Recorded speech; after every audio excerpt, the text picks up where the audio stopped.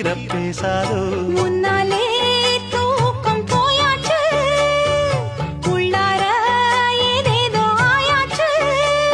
நான் ஏரிக்கர மேலிருந்து 8 திசை பார்த்திருந்து ஏந்திழைக்கு காத்திருந்தேன் காணல்ல மணி 7 8 ஆன